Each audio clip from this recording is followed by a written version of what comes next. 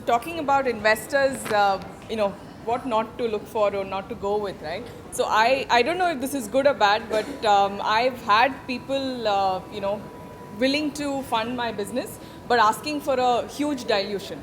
And I don't know if that has to do with anything to do with being women or not women or whatever, right? For whatever reason, the dilution discussion is where it sort of stops. I'm talking about angel investors, right? So it's not like big investment firms. I was always okay to give up to 10% of equity, but most of the discussions were like 30% and upwards. And so that's something that I walked away from. But now I wonder, because now it's like someone said, I'm in growth stage now, right? So it's neither here nor there. To understand why somebody asks for a 15% or a 20%. So which means you need to understand how the fund business works, right? And why that person's asking. And from that person's perspective, maybe 30-40 is a bit too much, I understand. But from what I know, 20%, 15 to 20% is standard. Very, very standard. Say 2014, 2013, I think 25% was standard. Now it is 15, 20. If the founder is really good, it's been 10.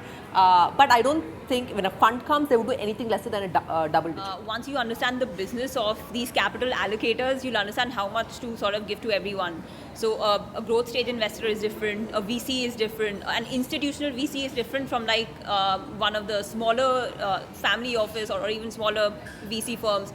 Angel is very different, and advisory is also a different level. Happy to chat in more depth. So in terms of an investor coming in, and you mentioned time and effort that you put in for a part amount of an equity, what kind of time and effort are you what do you look at? The biggest job as an investor for us is to just be a sounding board, right?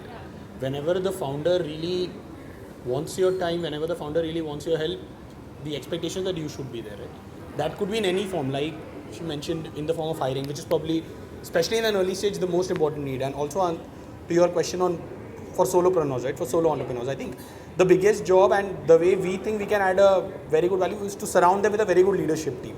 Because ultimately it's not a sprint, it's a marathon, right? You have to do this for the next 10 years, 20 years and whatnot. What we have seen, and this is not with all companies or all founders, but sometimes that passion that we see in founders, right? They want to like get 5 products into the market. We have seen maybe 10 other companies where we know that you have to focus. Just get 3 things out there and focus on them. So times like this, impose is a wrong word, but we do try to make them see that it doesn't make sense to go all out there with 10 products where you're not able to focus. Go slowly, go maybe with 2 products first or 2 QSRs and then move on. Funds are coming up to help only females, and it's great to be very neutral, very objective, but I do think it's a little bit need of the hour as well. I think we need to fix the pipeline. I think we need to get more female investors in normal VC funds. And I'm putting my money where my mouth is. Lightspeed, the senior investing team, including partners, VPs that can actually write checks and things, 40% plus female investors. And that's unheard of in the VC industry. So I have more of an idealist view here. I think we need to fix the pipeline because that process in itself will fix a bunch of things outside of the investing world. That will fix founders being more confident. That will fix students in class 6 not dropping out after kids, and so many other things. Female funds sort of bring the focus on this conversation and the need of the hour. And at that point in time, we did need women networks in corporates, but now I would say in corporates, we don't need women networks. So there will come a time in the startup world as well where we might not need women funds in the future.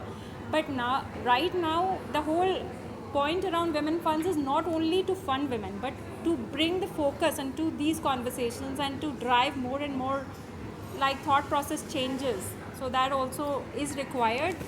And that is my view. So both are required. While, it's compared to an analogy of we have so many things going on, right? But there is something really important that someone needs to actually stand and drive and bring everyone together. And I think female funds definitely, are those sort of flag bearers of taking this initiative forward, having that as a priority, and then bringing people together. So I think definitely that's something which is helping the ecosystem a lot. Having said that, I think the larger impact would only come from actually everyone, being more aware of what they do and having a more, inclusive mindset amongst whatever they are doing. So, for example, if we are investors, as Amrita was saying, looking at founders as founders, and looking at not them as as their gender, promoting, or rather knowing that some of the things the women might be lacking, giving them way more on mentorship, as you pointed out. So I think we all need to definitely play our roles in the doubles, but having said that, I think female funds definitely are doing a great job, which is needed.